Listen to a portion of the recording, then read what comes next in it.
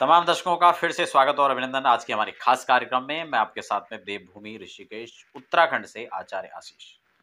आज हम बात करने वाले हैं जो 25 तारीख को ग्रहण लगने वाला है, इसकी क्या सच्चाई है, तमाम प्रकार से इसको लेकर के जो जानकारियां आपको दी जा रही, क्या यह उचित हैं या फिर ग्रहण है ही नहीं। इस तमाम विषय को लेकर के हम चर्चा करेंगे। नए दर्शक हैं तो एक निवेदन भी रहेगा, आप चैनल को सब्सक्राइब जरूर कर लीजिए, साथ ही बेल आइकन को भी प्रेस कर लीजिए।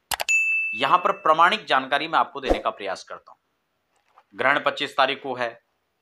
ग्रहण को लेकर के राशिफल बताए जा रहे हैं, सावधानियां बताई जा रही हैं, उपाय बताए जा रहे हैं। तो क्या यह वास्तव में ऐसा है? सबसे पहले हम बात कर लेते हैं ग्रहण की। तो यहां पर ग्रहण लगता क्यों है, इसके विषय में मैं आपको पहले कई बार बता चुका हूं, लेकिन फिर भी संक्षिप्त में बता दूं कि जब समुद्र मंथन जिस समय हुआ था, उस समय सुरभानु नाम का जो दैत्य था, वो देव पंक्ति में बैठ करके उसने अमृत का पान कर लिया था, जिससे भगवान ने जब उसके सिर छेदन किया तो उस समय उसके दो भाग हो गए थे, जिसे एक राहु और एक केतु के रूप में हम लोग जानते हैं। यही राहु केतु भगवान सूर्य पर ग्रहण और चंद्र पर ग्रहण लगता है। क्यों? क्योंकि चंद्र और सूर्य के बीच में ही वह सुरभानु नाम का दैत्य बैठा था, जिसका सिर छेदन हुआ था। तो तब से यह नियम बन गया कि इन दोनों पर जो है सूर्य ग्रहण और चंद्र ग्रहण के रूप में यह ग्रहण पड़ता है।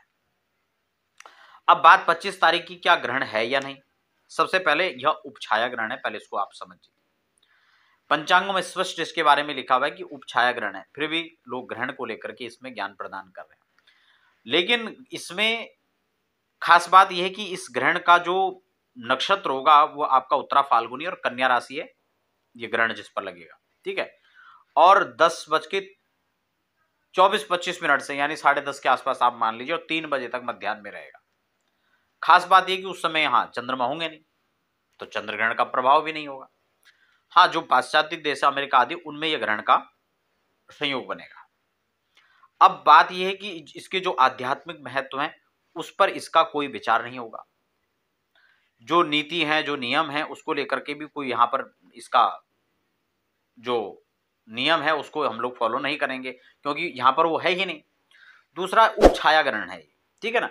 तीसरा, इसका ज्योतिषीय अगर परिप्रेक्ष्य की हम बात करें, ज्योतिषीय इसके उपायों की हम बात करें, या ज्योतिषीय हम इसके घटनाओं को अगर हम समझने का प्रयास करें कि क्या इसके फल प्रतिफल रहेंगे, तो सबसे पहले कन्या राशि पर ग्रहण रहेगा, तो कन्या राशि के लिए तो ये बहुत अच्छा नहीं माना जाएगा। अब मेष से मीन पर्यंत थोड़ा इसको समझ लेते हैं, क्योंकि मेष राशि पर ये छठे भाव में होगा तो बहुत अच्छा, छठे भाव पर नहीं होगा।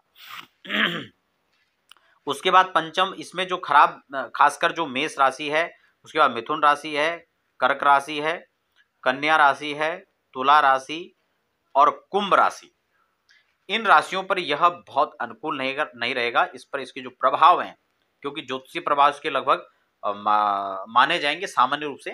हालांकि जो गर्भवती महिलाएं हैं उनके लिए जो नियम है, या फिर खान पान का नियम है, सूतक पातक का नियम, जो सूतक का ग्रहण सूतक होता है उसका नियम है, या फिर ग्रहण में किए हुए जाने वाले कर्म हैं, उनको लेकर के इसका कोई भी महत्व यहाँ पर आध्यात्मिक नहीं माना जाएगा।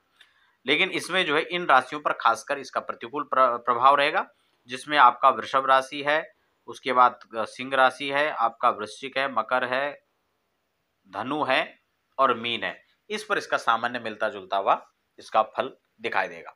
क्योंकि ये इसलिए भी मैं आपको बता रहा हूं, क्योंकि ग्रहण का जब एक ग्रहण की एक व्यवस्था होती है, वैसे तो उपछाया ग्रहण है, मैं बार बार इसको कह रहा हूं, लेकिन फिर भी इसके प्रभाव कुछ दिन आगे पीछे कुछ सामान्य रूप में दिखाए देते हैं, क्योंकि ये भी एक खगोलीय घटना है और ज्योतिषीय आधार पर इसके कुछ प्रभावों का आकलन किया जा सकता है।